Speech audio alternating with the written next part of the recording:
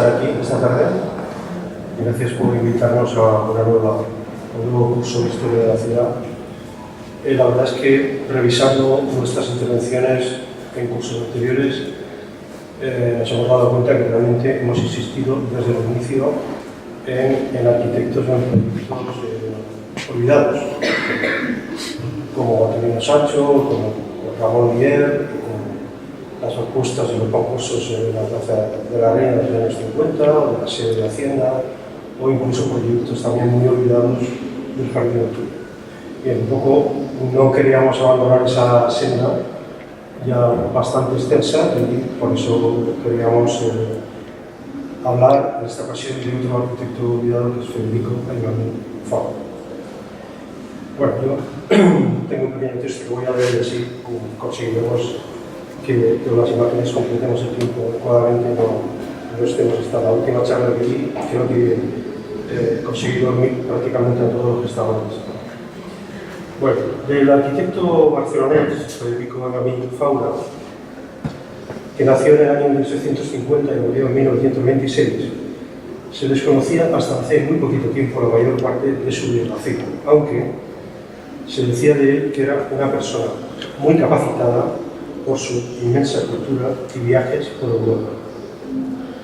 Pese a residir en Valencia durante más de 20 años y trabajar como arquitecto municipal desde 1900 hasta 1920, su importante huella profesional desapareció muy pronto y es muy significativo el hecho de que a día de hoy no hemos encontrado ni una sola imagen suya, ni una sola fotografía ni un solo documento. Como mucho tenemos su firma como vemos aquí en la pantalla. Esto es lo único que nos queda. Por eso digo que es un poco extraño. Pese a que pocos meses después de su muerte, el Diario de las Provincias, con motivo de la oposición de unos propietarios al ensanche de la calle del Mar, recordaba en noviembre del año 26 a aquel arquitecto Aymamí que tan grandes obras proyectara y que, a medida que pasan los días, se van convirtiendo en más necesarias y urgentes. En nuestras aspiraciones, en ver engrandecida y hermoseada la ciudad de nuestros amores, figuran esos grandes proyectos como de realidad posible. El ayuntamiento que los incluya en su programa tendrá una visión exacta de lo que debe ser Valencia. Bien, esta breve charla y el artículo que hemos preparado para la comunicación pensamos que aporta datos suficientes para rescatar a este arquitecto y personaje de la ciudad y sobre todo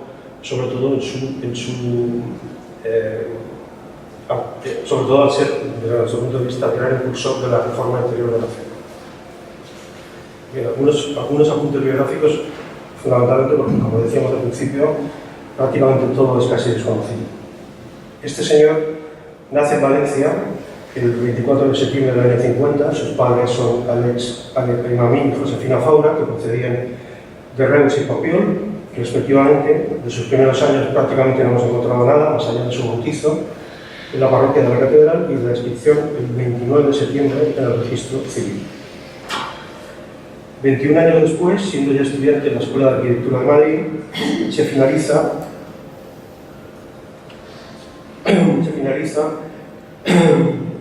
la construcción del Mansion Calders o la Torre, en la heredad que su padre, un importante viticultor de la comarca, poseía en Montornès del Vallès. Y todo apunta a que el joven estudiante fuera el autor de este proyecto. Esta es la única imagen que hemos encontrado de este edificio. En mayo del año 1876 finaliza los estudios de arquitectura de Barcelona. Entre el año 1880 y 1899, su nombre aparece asociado a diferentes actividades profesionales. En 1880 y 82 figura como socio del Ateneo Barcelonés, del que se dio finalmente de baja en febrero del año 1907, cuando ya llevaba unos 7 años residiendo en Valencia. En el año 1882 firma, junto a la mayoría de arquitectos barceloneses, un escrito de felicitación dirigido a Juan Martorell por su proyecto de fachada para la Catedral de Barcelona. En el año 87 forma parte del jurado calificador de los proyectos presentados al concurso para la construcción de edificios destinados a tenencias de alcaldía. En el 88 desempeña el cargo de arquitecto local de la Junta del Teatro de Barcelona y en ese mismo año muere su hermano Joaquín. En el año 1889 proyecta uno de sus primeros panteones en el cementerio del sudoeste de Barcelona, que ahora es el de Montjuïc. Este es el dibujo que se conserva. En el año 90, el gobernador civil le ordena que inspeccione el Teatro Palacio de Cristal. En el 93 proyecta dos nuevos panteones en el mismo cementerio. Uno de ellos es una magnífica escultura de Llimona. En el año 1899, su madre, ya viuda porque su padre había muerto de manera repentina en el 74, y él mismo se verán obligados a vender gran parte de las propiedades que tenían, tanto en Pontorredo de Vallés como en la propia ciudad de Barcelona, y en ese mismo año aparece su nombre incluido en la lista de arquitectos asociados residentes en Barcelona. Bien, esto es este es el paso previo, es decir, que vemos que es un arquitecto bastante ligado a la sociedad de Barcelona y a todas las instituciones que tenían que ver tanto con la construcción como con la cultura. En octubre de 1900 se traslada a Valencia, suponemos que también un poco obligado por el tema que había tenido que vender gran parte de las propiedades. Se traslada a Valencia a ganar un concurso oposición para ocupar la plaza de arquitecto municipal de distrito, adscrito a la sección facultativa de Policía Urbana, de cuyo cargo toma posesión el 7 de noviembre. En agosto del año 10, aquí viene un poco un resumen de las actividades importantes que desarrolla, en agosto del año 10 forma parte del jurado del concurso convocado para la construcción del nuevo mercado central de Valencia, en compañía de los arquitectos Rafael Alfaro, que era el arquitecto mayor en ese momento, y Carlos Carbonell, el ingeniero Vicente Pichó y los jefes de las secciones municipales de Fomento y Mercados. El 4 de mayo del 14 es nombrado por unanimidad arquitecto mayor del ayuntamiento, que era el puesto más relevante y máximo que podían ocupar los arquitectos que trabajaban en la corporación municipal. Ese mismo año, hablamos del año 14, forma parte del jurado responsable del concurso para la construcción de la Casa de Correos de Valencia, junto a los arquitectos Almenar, Mora y Vicente Rodríguez. Y en agosto de 1916, también es una novedad, presenta el anteproyecto para la construcción del Palacio de las Artes e Industrias, antes llamado Palacio de Bellas Artes de Valencia. Y en julio del año 20, el Ayuntamiento acuerda su jubilación como arquitecto mayor a petición propia por sufrir una enfermedad ocular que le impedía trabajar de manera regular. Y como vemos, en los concursos importantes de ese momento en la historia de la ciudad, él está en el jurado y por lo tanto su decisión fue muy importante a la hora de fallarlos. Bien, en realidad este señor es un verdadero enigma. Entre los años 1900 y 1925 cambian al menos 4 veces de residencia en la ciudad de Valencia, primero en la plaza Príncipe Alfonso, en el Parterre, luego en la calle continuación de Juan de Austria, que es la actual calle Sornín, más tarde en el Grabador Esteve y finalmente en la calle Salvador Giner, en el barrio de Cádiz. Tan solo, por eso digo que es un enigma, tan solo figura en los padrones de habitantes de Valencia de los años 1904 y 1910, y hasta al menos este último año, 1910, estaba soltero. En 1925, según el anuario de la Asociación de Arquitectos de Cataluña, continuaba viviendo en Valencia, en la calle Salvador Giner. El 19 de junio del año 1926 muere en Barcelona, donde residía ya con su mujer, Josefa González, en la calle Sepúlveda, en La Esquela, que veremos más tarde, publicada en el diario La Vanguardia. El domingo 20 de junio se indica que era arquitecto mayor jubilado del excelentísimo Ayuntamiento de Valencia. Bien, ya hemos comentado que nuestro arquitecto, recién cumplidos los 50 años, es decir, ya cuando llega a Valencia es un señor ya bastante mayor, Se traslada a Valencia en octubre de 1900 al ser nombrado arquitecto municipal. Había obtenido el título en la Escuela de Madrid en el año 1876, es decir, al mismo tiempo que Luis Ferreres, y por lo tanto ambos debían conocerse bien. Es muy posible que este último, Ferreres, llamara a su amigo para que intentara de nuevo y desde dentro del ayuntamiento relanzar la siempre pendiente cuestión de la reforma interior. Las trayectorias vitales de estos dos arquitectos son tan similares que parecen responder a una misma persona. Nacen en 1850 y 1852, se titulan como arquitectos en 1876 y mueren en 1996.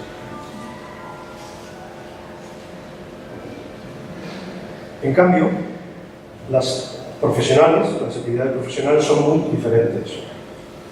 Ferreres fue muy activo en todas las facetas asociadas a la arquitectura, tanto pública como privada, mientras que Aymamí se dedicó en Valencia exclusivamente a su trabajo en el ayuntamiento, desde 1900, como hemos dicho, como arquitecto de distrito y entre 1914 y el 20 como arquitecto mayor, ejerciendo, por tanto, y como consecuencia de ello, como el auténtico planificador e impulsor de la reforma interior de la ciudad. Bien, y sí, ahora un poco hablando de lo que ha dicho Paco, en el año 1848 irrumpe impetuoso el velasquismo en la ciudad de Valencia y su fuerza política, basada en una curiosa mezcla de populismo y republicanismo, será hegemónica en ella hasta 1933. El 6 de noviembre de 1901, el propio Vicente Blasco publica en el diario El Pueblo, esta es la publicación, la portada del diario, un auténtico altavoz de este movimiento, publica el artículo de la Revolución de Valencia, donde expone el ambicioso programa de reformas urbanas que debían acometer la ciudad de manera inmediata. Entre otras cosas dice: mientras llega el momento de regenerar España, revolucionaremos nuestra ciudad cambiando su vida material. Hay que derribar casas para abrir nuevas vías, hay que dar al pueblo otra alma, hay que hacer desaparecer los barrios antiguos en el centro de la ciudad, es preciso terminar las calles, cuyo ensanche no está más que iniciado, abrir otras nuevas para que se airee la ciudad y cuidarse del suelo, ya que el cielo es insuperable, reformando el alcantarillado y el paño. Aunque Blasco recordaba y retomaba aquí ideas renovadoras anteriores, las formas y la intensidad puesta en cómo transmitirlas eran nuevas, y para plasmarlas y exponerlas públicamente a los ciudadanos hacían falta técnicos distintos, frescos e incontaminados. Por esta razón, y también sin duda por su condición de republicano confeso, recae en el recién llegado Federico Aymamí y no en el arquitecto mayor Rafael Alfaro, como nos había sucedido en ocasiones anteriores, la responsabilidad de iniciar las labores que debían concluir en una nueva propuesta de reforma urbana. Durante los 4 años siguientes, Aymamí ejerce como arquitecto municipal, estamos hablando de 1903 al 6, traza diferentes planos de alineaciones de barrios, plazas y calles de la ciudad, y al mismo tiempo estudia las propuestas reformadoras formuladas anteriormente por Ferreres o Camaña y visita las ciudades más importantes del momento. Londres, París, Roma, Berlín, Viena, Bruselas, con el objetivo de conocer de primera mano las nuevas vías abiertas en sus recintos históricos. Fruto de todo ello, y con el convencimiento de que trasplantarlas servilmente a Valencia no solucionaría el verdadero problema de la ciudad, comienza a redactar en un ambiente de euforia demoledora y de total modernidad sus nuevos proyectos de reforma interior de la ciudad, que vamos a ver. Bien, el primero es un proyecto que, por iniciativa propia, que presenta al Ayuntamiento en el año 1906, que es el proyecto que es el origen de la Gran Vía del Oeste. Es el proyecto de reforma de la zona oeste de la ciudad mediante la apertura de una gran vía que iría desde la plaza de San Agustín hasta el puente de San José. Esta es la portada del expediente que se observa en el Ayuntamiento. Desgraciadamente en algún momento hubo humedades y entonces está para menos normal que resista. Y este, así muy bien, pero bueno, este es el primer plano de la Avenida del Oeste. El Ayuntamiento en mayo de este año 1906 lo aprueba y en marzo del año siguiente una Real Orden autoriza al Ayuntamiento para realizar los estudios definitivos de esta propuesta, de esta granja. Pero le recomienda que antes de hacer el proyecto definitivo proceda al estudio comparativo de los diversos proyectos de grandes vías que tenía acordados el Ayuntamiento, que como he dicho, entre ellos el de Ferreres o el de Caballo, para llevar a la práctica el que reúna mejores condiciones. Y esto es tremendamente importante, procurando siempre la alineación recta. Bien, aquí vemos la propuesta desde la Plaza San Agustín. Tiene dos tramos absolutamente rectos, pero no es el trazado recto que recomiendan desde Madrid.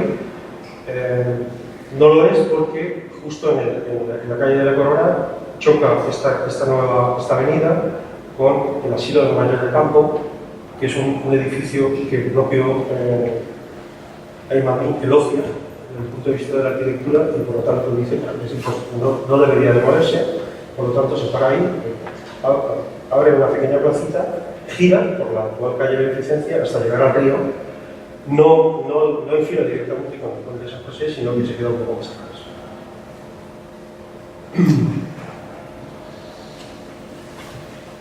Bien, vamos a hablar de lo que llamamos el primer anteproyecto de reforma interior de la ciudad, de los redactados por Felipe Ramón.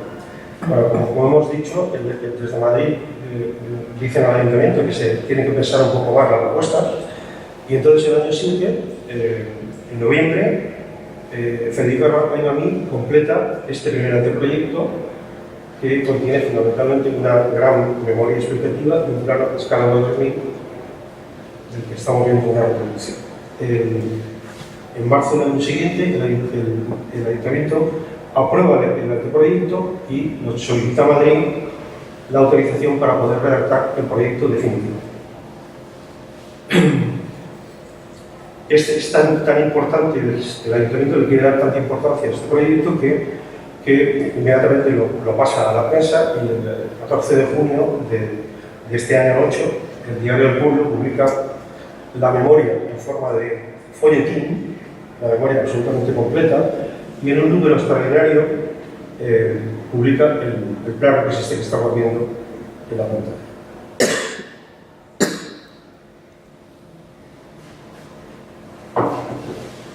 Este plano,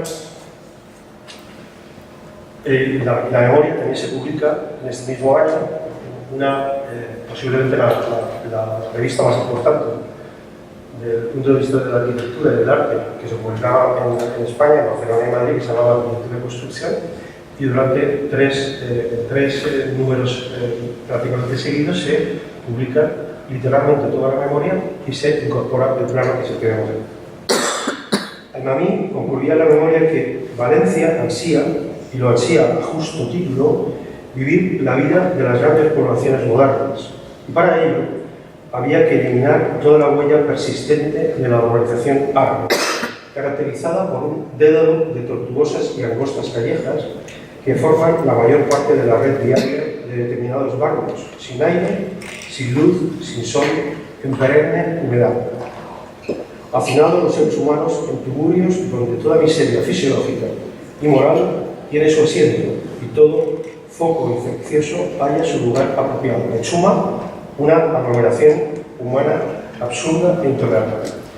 Bien, Aymaní había pensado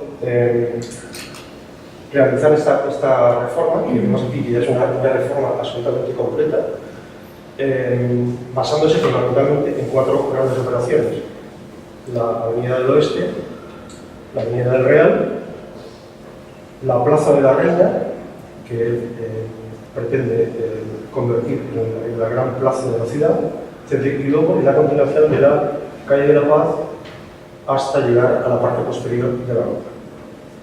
Estas eran las cuatro operaciones más importantes, pero el plano contempla montones de nuevas calles que van atravesando y, de manera absolutamente no sé cómo podríamos decirlo, pero de una manera un poco curiosa, toda la morfología de la Valencia existente. ¿Y cómo pensaba llevar adelante esto? Pues él confiaba en la posible ejecución de dos auténticos futuristas. Por un lado, la cesión a Valencia por el Estado de parte de sus ingresos, como había ocurrido ya en Barcelona y en Madrid, y también en la habilidad del propio ayuntamiento para negociar empréstitos con alguna de las instituciones financieras de la ciudad. Estas eran las bases en las que, desde el punto de vista económico, que él pensaba que podía conseguirse llevar a cabo la reforma económica. En marzo del año siguiente, el Ministerio de Gobernación, a través de la Junta Consultiva, emite un informe que envía al Ayuntamiento de Valencia, en el que indicaba al final que la ejecución de todo lo proyectado equivaldría a hacer un pueblo nuevo a costa de incalculables sacrificios que de seguro no podría soportar el ayuntamiento. Esto es un poco lo que uno puede, la conclusión que uno puede sacar viendo exactamente todo lo que este señor había proyectado. Bien, vamos a pasar ahora. Bueno, aquí vemos, por ejemplo, la continuación de la calle de la Paz, como en ese momento el propio Benjamín, en la memoria, dice que la iglesia de Santa Catalina, que era una iglesia que estaba en un estado bastante ruinoso, no tenía prácticamente ningún interés, por lo tanto él pasaba de ella y entonces hacía una plaza circular alrededor de la torre barroca. Por detrás continuaba la calle hasta llegar justo a una plaza abierta en la parte posterior de la obra. Bien, ahora vamos a ver el segundo proyecto, que es del año 10. Pero antes, Federico y Mamí, como la cartografía todavía no era una cartografía bastante fiel a la realidad, emprende la tarea de dibujar un plano de lo que es el antiguo recinto amurallado y el primer ensanche, que estaba totalmente aprobado. Como vemos aquí, el ensanche, esta parte del ensanche que siempre hemos llamado el ensanche de Colón, es una modificación del proyecto que hace inicialmente Antonino Sancho, siguiendo también los criterios de esa Junta Consultiva del Ministerio de Gobernación.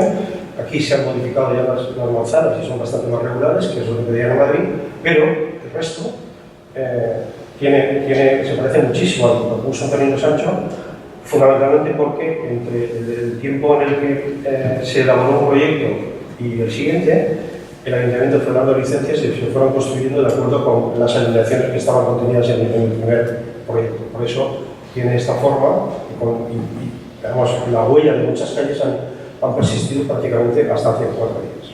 Bien, una vez que ya tenía un plano fiable, tenemos un plano que tiene tallados los edificios principales, tanto públicos como privados, entonces aquí vemos que las únicas modificaciones importantes pues eran el barrio de Pescadores, que vemos aquí que ya tiene marcado aquí el solar donde se va a construir el área de correos, y aquí abajo el barrio de España. Ya vemos que está el tema de la estación, que tardará unos cuantos años todavía en inaugurarse, y aquí tenemos la antigua estación que estaba en la plaza de San Francisco. Aymamí siempre pensó que la plaza importante no sería la de San Francisco, sino la plaza de la Reina, y por eso sus vías siempre confluían en ella. Bien, en el año 1910, Aymamí presenta un nuevo anteproyecto, que se llama así, Anteproyecto de Reforma Interior de la Ciudad, Simplificación y Modificación del Primitivo. Como veremos un poco más adelante, una drástica reducción del proyecto anterior, en el que únicamente se conservan la Avenida del Oeste, la Avenida del Real y la Plaza de la Reina. El resto de calles y de aperturas se han olvidado fundamentalmente porque, como decía el informe, hubiera supuesto cambiar totalmente de ciudad. No sé cómo se para atrás.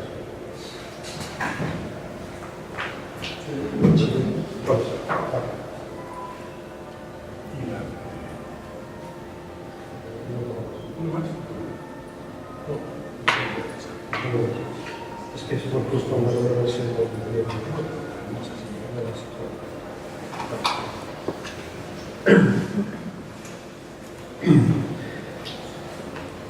Bien, estas operaciones de reforma, estas tres vías, dos vías y la plaza, se plantean con un doble objetivo: encauzar el movimiento circulatorio norte-sur, potenciando, ahora veremos en el plano, un acceso cómodo a los dos mercados, cuya renovación estaba totalmente prevista, el mercado central y el de Marchesoney, y consolidar la gran plaza central, como comentábamos, siempre soñada mediante la ampliación de la raquítica, que lo veremos, de la Reina, y su conexión directa con el puente de Reina. Este es un documento muy importante, que contiene unos documentos interiores completísimos. Es una memoria explicativa de todos los avances que se fueron haciendo dentro de las comisiones del ayuntamiento. Y yo creo que hay una cuestión que quiero insistir también, que muestra un poco la modernidad de este arquitecto. Esta es la portada de la memoria explicativa, que es el documento número 3, y voy a insistir en la tipografía. Esta es una tipografía totalmente escocesa. La placa, yo creo que es prácticamente la diseñada por Mackintosh. Esto demuestra que este señor, que para mí, no solamente estaba interesado en el progreso de la arquitectura y de la planificación urbana, sino también estaba interesado en la evolución de la cultura, del arte en general, y también del tema de la tipografía. Esta es la tipografía. Arriba vemos la variante utilizada sobre todo por Mackintosh, que tiene algunas palabras, la secuencia de colocar una ramita abajo, o el doble palo de la H, y esta es realmente la utilizada. Esta es una versión absolutamente moderna, que llaman Art Deco, pero evidentemente es una tipografía anterior a 1910, que es cuando realmente la utiliza Almamí en esa forma. Bien, como decíamos, la gran vía del oeste, de llevar de un punto a otro, ahora sí que fila directamente desde la plaza de San Agustín con el puente de San José, y por lo tanto habría que ampliar este puente. Por otro lado está la avenida del Real, que también hubiera supuesto la ampliación del puente del Real, y la plaza de la Reina. Aquí vemos este pequeño triangulito, ahora veremos un poco mayor.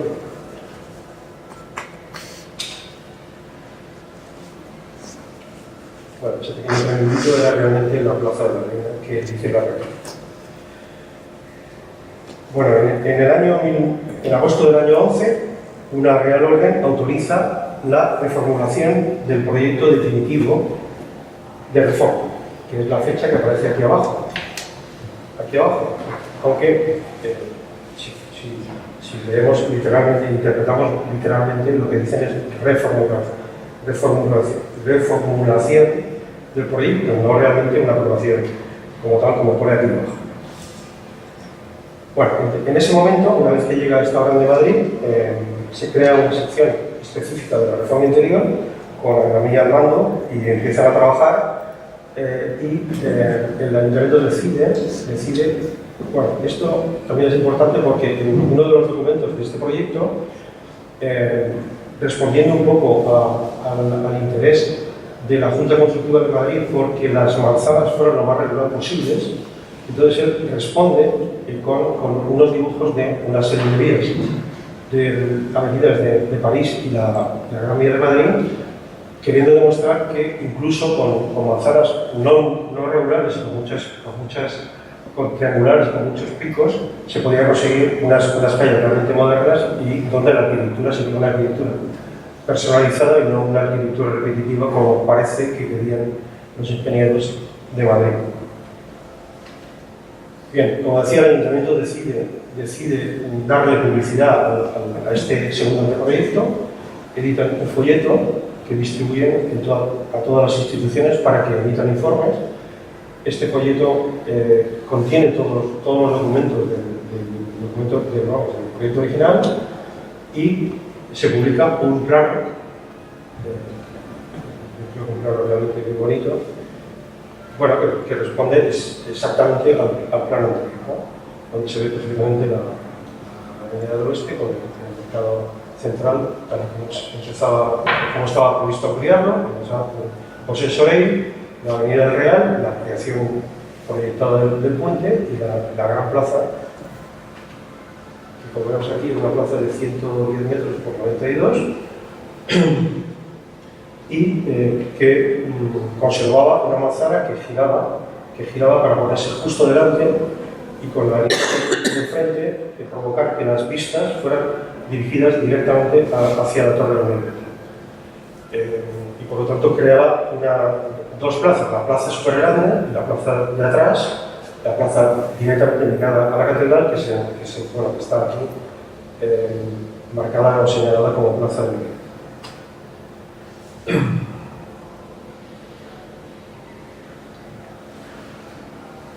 Bien, este folleto es tremendamente, como he dicho,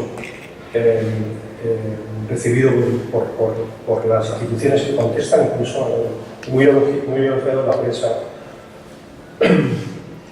prensa, como podemos ver aquí en el diario El Pueblo, aparece aquí, es un diario del año 12. Bien, como hemos dicho antes, el año 14, Federico Hermani es nombrado por unanimidad arquitecto mayor, pero en julio de ese mismo año se disuelve la sección creada ex profeso para estudiar la reforma interior. Se paralizan los trabajos,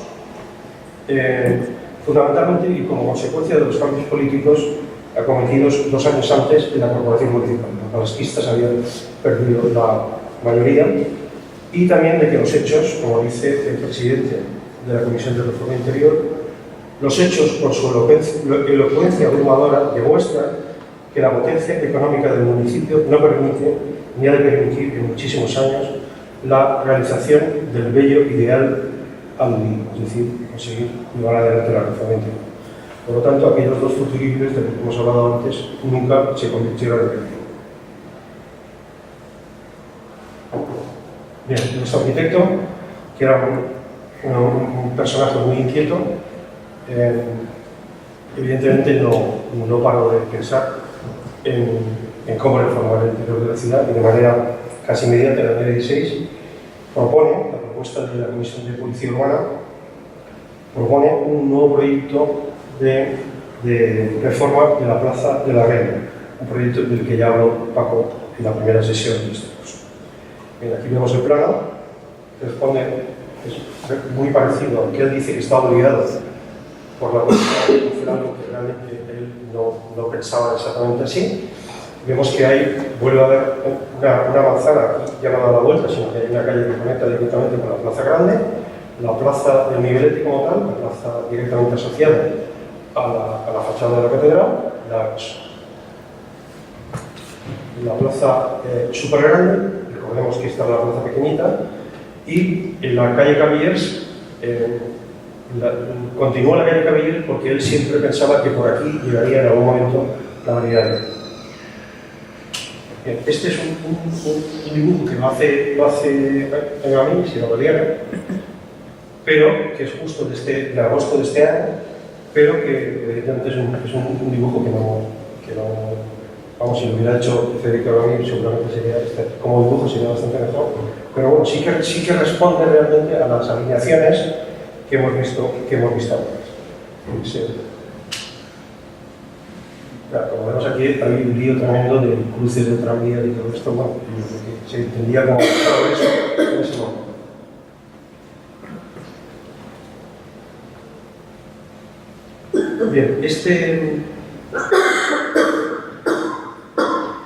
Bien, tampoco este proyecto salió adelante y entonces, como hemos dicho, que era en el año, bueno, finalmente en el año 19 se archiva el proyecto de esa reforma de Sánchez, pero ese mismo año, Aramín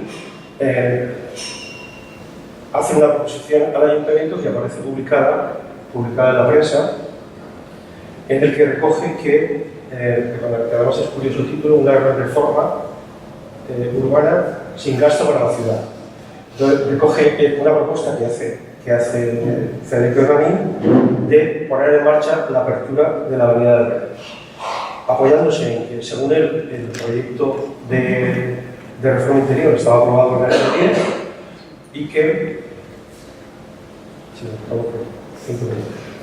y la Real del año 11 le daba el visto bueno desde el punto de vista central, ¿no? Bueno, en este caso el artículo recoge incluso el presupuesto, donde salían todas las cuentas, esto me enseñó, y a las razones de siempre, es decir, las razones de vialidad, salubridad e higiene, pues ahora añadía la posibilidad de resolver la crisis obrera es tremenda que sufría la ciudad, y por otro lado con el convencimiento legal de que la apertura, puesto que ya estaba aprobada, era competencia exclusiva del Ayuntamiento y por lo tanto no necesitaba ninguna aprobación posterior.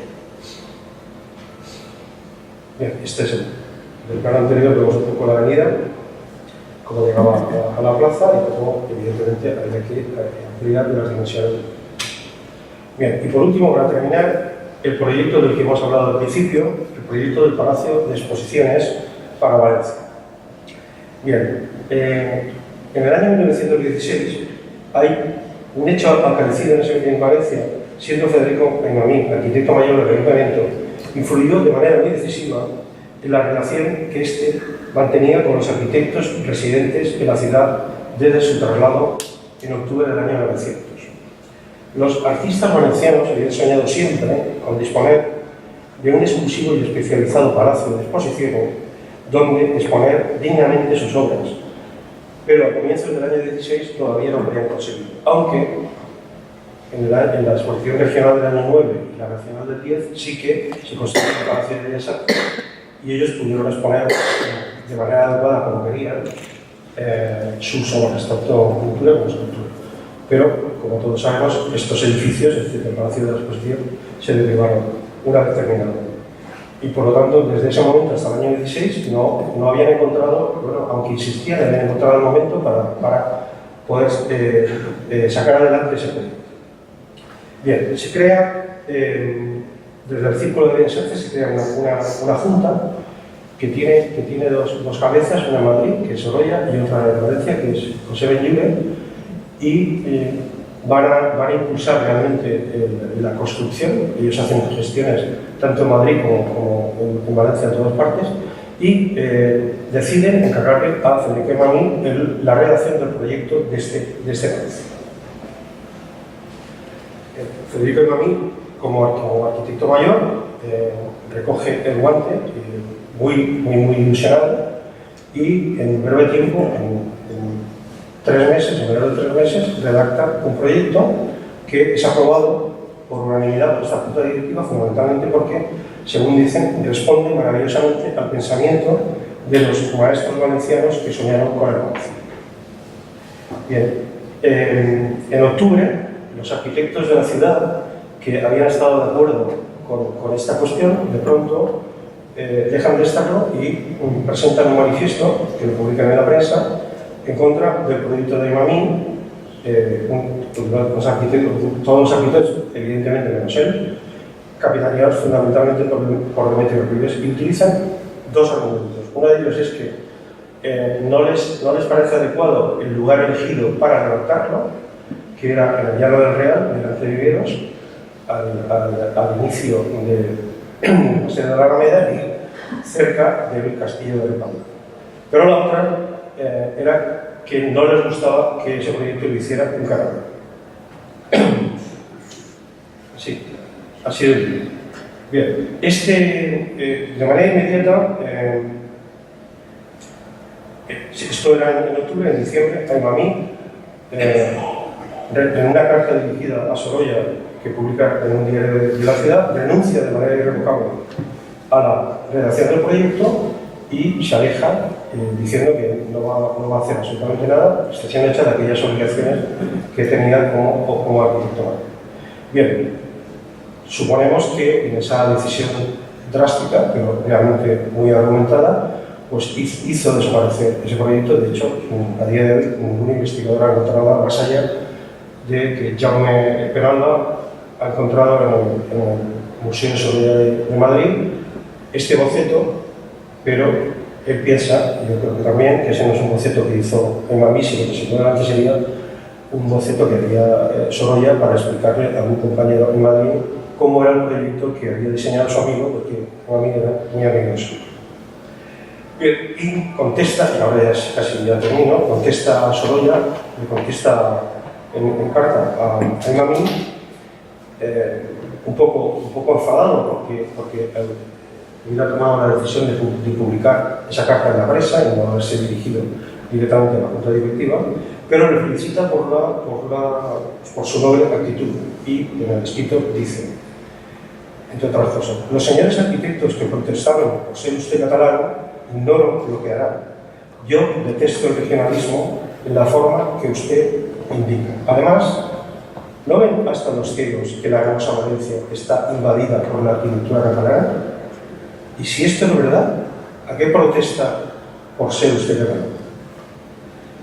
Bien, finalmente los arquitectos que habían pedido solicitado la convocatoria de un concurso público lo consiguen en el año 17, el Círculo de Bellas Artes convoca ese concurso, pero curiosamente yo esperaba que ese concurso se presentaran todos los arquitectos que habían firmado el manifiesto, pero solo se presentaron dos, Mora y Goerri. Mora era el arquitecto del Ensanche, del municipal del Ensanche, y además era el presidente de la Comisión de Arquitectura del Círculo de Bellas Artes, y Javier Goerri, que había comenzado a ejercer 4 años antes, también se había incorporado a esa comisión de arquitectura. Bien, finalmente, bueno, este también es un concurso complicado de seguir porque hay muy poquita información.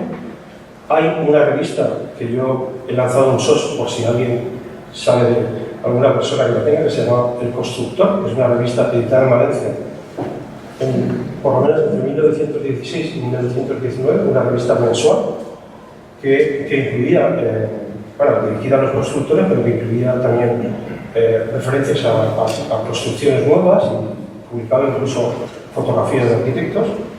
En uno de los números que se conservan, de los pocos que se conservan en la biblioteca municipal, aparece estas propuestas de Mora y de Goerri. Este es el único dibujo de la propuesta de Mora. Este es uno de los dibujos de Goerri. Este es el original que hemos podido ver en la exposición sobre Javier Goerri montada en el ayuntamiento en la sala municipal. Un bellísimo dibujo. Esta es la planta de ese proyecto. Como vemos, un gran edificio que alrededor de un gran patio ajardinado central. Este es el antiguo pasarela de la exposición. Esto eran terrenos municipales. Desgraciadamente este proyecto tampoco se llegó a construir porque en un momento dado el ayuntamiento cedió este terreno al llamado ramo de la guerra, que construyó pues, el edificio del gobierno militar y los edificios paramilitares. Bien, el concurso se falló en Madrid por Sorolla y el arquitecto Reculles, y se lo adjudicaron a la referencia. Ya para terminar, durante el verano de 1920, tras su solicitada jubilación, desaparece totalmente en Valencia la huella humana y profesional de Federico Hermani. 6 años después, moriría en Barcelona, a donde había vuelto posiblemente en el año 25, con Josefa, su mujer. Ningún diario valenciano de la época se hizo eco de esta triste y dolorosa noticia, exclusivamente salió en La Vanguardia. Nadie sabe por qué ocurrió esto en Valencia. Nosotros tampoco con certeza, aunque ahora una cierta idea sí que tenemos. Es inconcebible que nada en la Valencia del siglo XXI recuerde o conmemore la existencia de este singular arquitecto. Muchas gracias.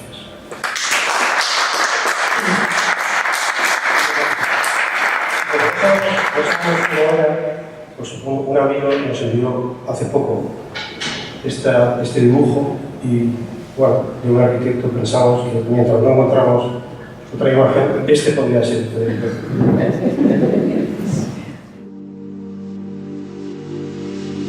Thank